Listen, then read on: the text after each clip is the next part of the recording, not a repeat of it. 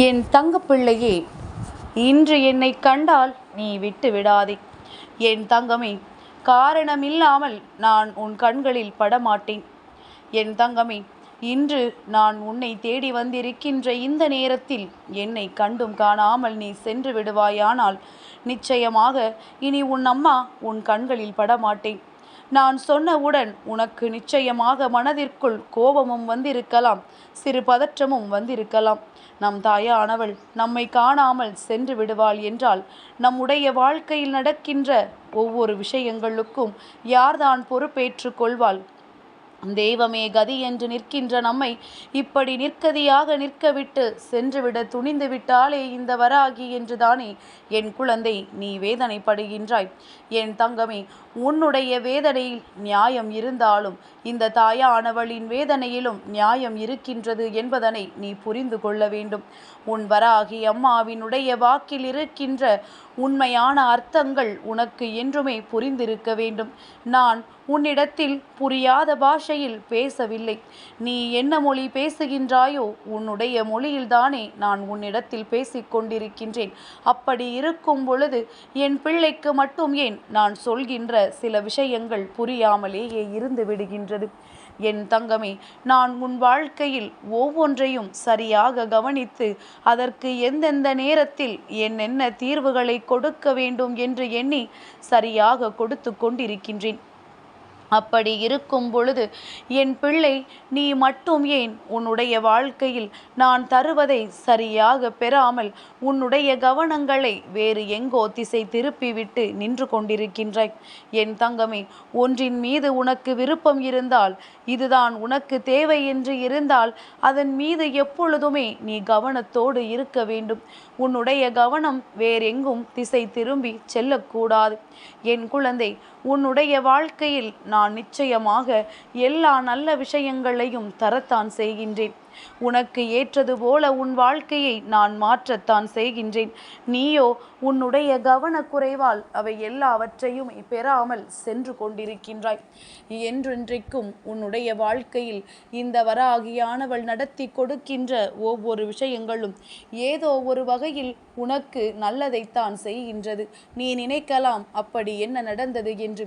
என் தங்கமே, நீ இந்த நிலைமையிலாவது இருந்து கொண்டிருக்கின்றாயே என்று நினைத்து முதலில் சந்தோஷப்படு. அதற்கு இந்த தாயானவள் காரணம் என்பதை நினைத்து கொண்டால் நான் சொல்வது உனக்கு நிச்சயமாக புரியும்.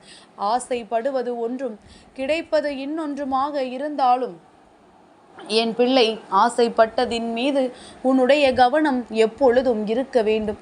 என் தங்கமே, இனி கிடைக்காது, அது வேறொருவர் கையில் சென்று விட்டது என்றால் மட்டும்தான் அதை விட்டுவிட வேண்டுமே தவிர, உனக்கான வாய்ப்புகள் இருக்கிறது என்றால் நிச்சயமாக என்னுடைய பிள்ளை அதனை அடைவதற்கான முயற்சிகளை நீ செய்ய வேண்டும் அல்லவா? அடுத்தவர்களின் மனதில் ஆசைகளை தூண்டிவிட்டு அவர்களினுடைய ஆசைகளுக்கு நீ காரணமாக இருந்துவிட்டு மீண்டும் அதை பெறாமல் நீ இருப்பாயானால் கடைசியில் நீ யாருக்கு ஆசைகளை உருவாக்கினாயோ அவர்கள்தான் பாவம் அல்லவா? என் தங்கமே, நிச்சயமாக எந்த ஒரு மனதிலும் ஆசைகளை ஏற்படுத்தி அவர்களை ஏமாற்றக்கூடாது என்பதில் எப்பொழுதுமே கவனமாக இரு. ஒன்று, இதிலிருந்து நீ விலகி நிற்க வேண்டும். இல்லை என்றால் கிடைத்ததை சந்தோஷமாக நீ ஏற்றுக்கொள்ள வேண்டும். என் தங்கமே, எதுவாக இருந்தாலும் உன்னை நம்பி வந்ததை ஒரு நாளும் நீ விட்டு விடாதே. அது பொருளாக இருந்தாலும் சரி, அது உயிராக இருந்தாலும் சரி. என் குழந்தை, எல்லாவற்றையுமே சாதாரணமாக பார்ப்பதனாலோ என்னவோ உன்னுடைய வாழ்க்கையில் உனக்கு எல்லாவற்றிலும் இருந்து கஷ்டங்கள் அதிகமாக கிடைக்கின்றது என்று இந்த வாழ்க்கையில் எல்லாவற்றையுமே நாம் சரியாக பார்க்க வேண்டும் என்று நினைக்கின்றாயோ, என்று இந்த வாழ்க்கையில் நடப்பது எல்லாமே நமக்கு சரி என்று நீ நினைக்கின்றாயோ, அன்று உன்னை சுற்றி நடக்கின்ற ஒவ்வொரு விஷயங்களும் உனக்கு நிச்சயமாக மனதிற்கு இன்பத்தை கொடுக்கும் என்பதை நீ மறந்து விடாதே. என் தங்கமே, நான் உன்னுடைய மனநிலையில் என்றோ பல மாற்றங்களை கொண்டு வந்தேன். ஆனால் நீ பிடித்த பிடியில்தான் அப்படியே நின்று கொண்டிருக்கின்றாய். அது மட்டுமல்லாமல் நல்லது உன் முன்னால் நடக்கும் பொழுது அதை சரியாக உன் கண்கள் பார்ப்பதில்லை. அதே நேரத்தில் ஒரு கெட்ட விஷயம் நடந்தால் மட்டும் உடனே உன் கண்கள் அதனை தெளிவாக பார்க்கின்றது. உன்னுடைய செவிகள் அதை தெளிவாக கேட்கின்றது. உன்னுடைய வாய் மிகவும் தெளிவாக பேசுகின்றது. எந்த ஒரு சூழ்நிலையிலும் தீய விஷயங்களை அதிகமாக கருத்தில் கொள்ளாமல் நல்ல விஷயங்களை நீ அதிகமாக கவனத்தில் கொண்டாயானால் நிச்சயமாக உன்னுடைய வாழ்க்கையில் உன்னை சுற்றி நடப்பது எல்லாமே உனக்கு நிச்சயமாக தெளிவை கொடுக்கும் என்பதனை நீ புரிந்து கொள்ள வேண்டும். என் தங்கமே, யாரோ உன் வாழ்க்கையை ஆட்டி படைக்கக்கூடாது. யாரும் உன்னை கட்டுப்படுத்தக்கூடாது. வேறு யாருக்காகவும் உன் வாழ்க்கையை நீ வாழக்கூடாது. உனக்காக நீ வாழ வேண்டும். இதைத்தானே உன் அம்மா உன்னிடத்தில் எப்பொழுதுமே மீண்டும் மீண்டும் வலியுறுத்தி கொண்டிருக்கின்றேன்.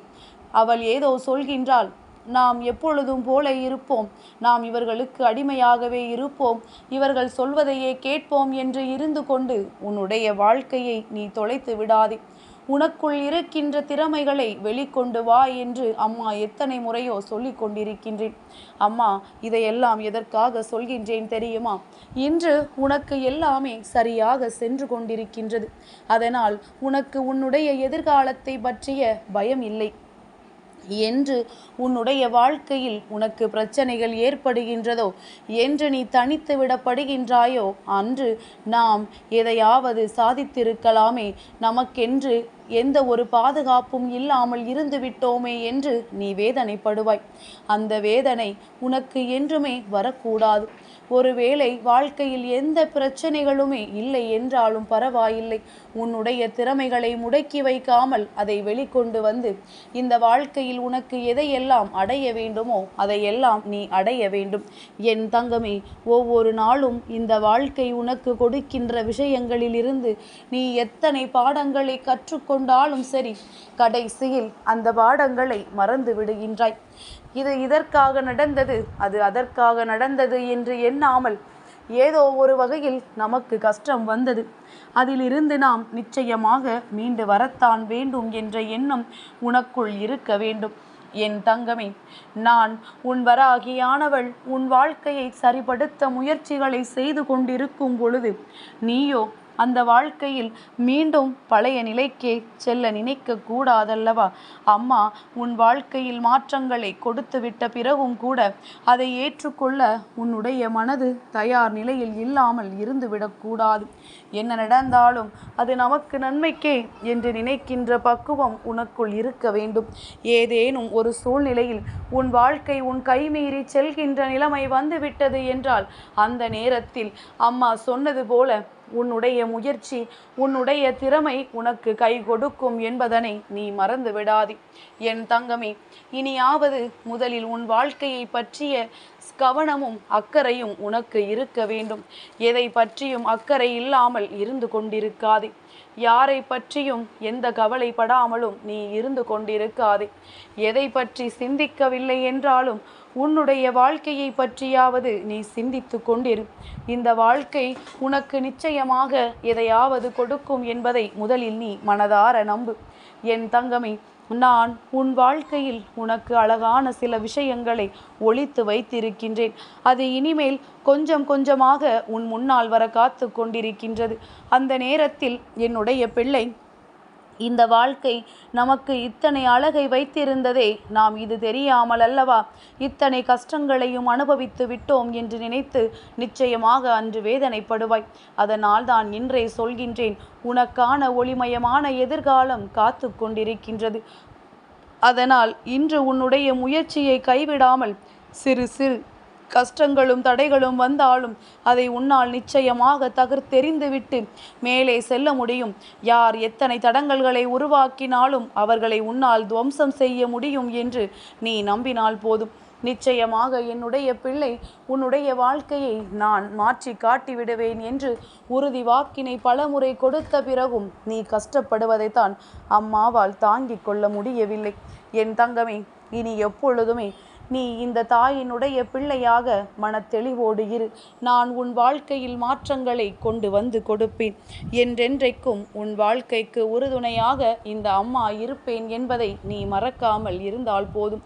நான் உன் வாழ்க்கையில் செய்கின்ற ஒவ்வொரு விஷயங்களும் இனி உனக்கு நல்லதாகவே இருக்கும்.